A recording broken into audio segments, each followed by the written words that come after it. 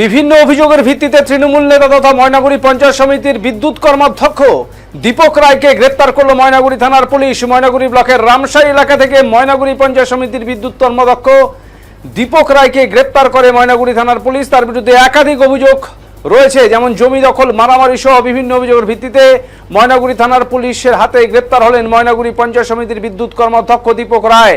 তার বাড়ি ময়নাগুড়ি ব্লকের সাপটিবাড়ি গ্রাম পঞ্চায়েত এলাকায়। সোমবার থেকে গ্রেপ্তার করেছে ময়নাগুড়ি থানার পুলিশ। এদিকে এই বিষয় নিয়ে তার বক্তব্য, তিনি রাজনৈতিক ষড়যন্ত্রের শিকার। ময়নাগুড়ি থানার পুলিশ জানিয়েছে তার বিরুদ্ধে বিভিন্ন অভিযোগ এসেছে, এই অভিযোগের ভিত্তিতে তাকে গ্রেপ্তার করা হয়েছে। 2023 সাল থেকে দলের সাথে তিনি ডিটাচ ছিলেন।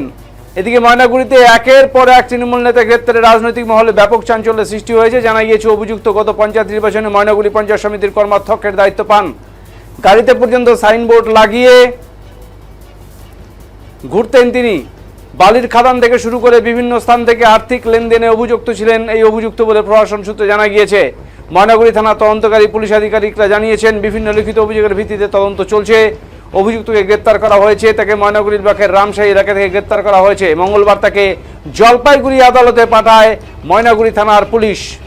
ময়নাগুড়ি থানা সূত্রে খবর, আদালতের কাছে পুলিশ দীপক রায়কে 14 দিনের পুলিশ হেফাজতের আবেদন জানিয়েছে।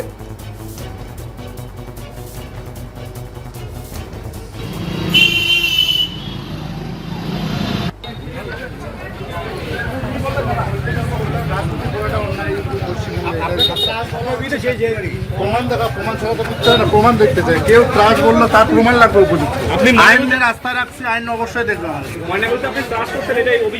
দেখা প্রমাণ, ছবি দেখা, একটা পিঠ দেখা, আমার ত্রাস যেগুলো অভিযোগ রয়েছে সেগুলো কি মিথ্যে? অবশ্যই সেটা আইন দেখবে। আইনের প্রতি আমাদের আস্থা আছে, ভারতের সংবিধানের প্রতি আমাদের আস্থা আছে। আপনি প্রমাণ করতে পারবেন যে আপনি নির্দোষ? অবশ্যই, তার জন্য পুলিশ তদন্ত করবে। যদি তদন্তে আমি সঠিক হই তাহলে আমি আইনে মাথা পেতে নিই। দলের কি পদে আছে? পঞ্চায়েত সমিতি দলের কোনো পদে আছে? দলের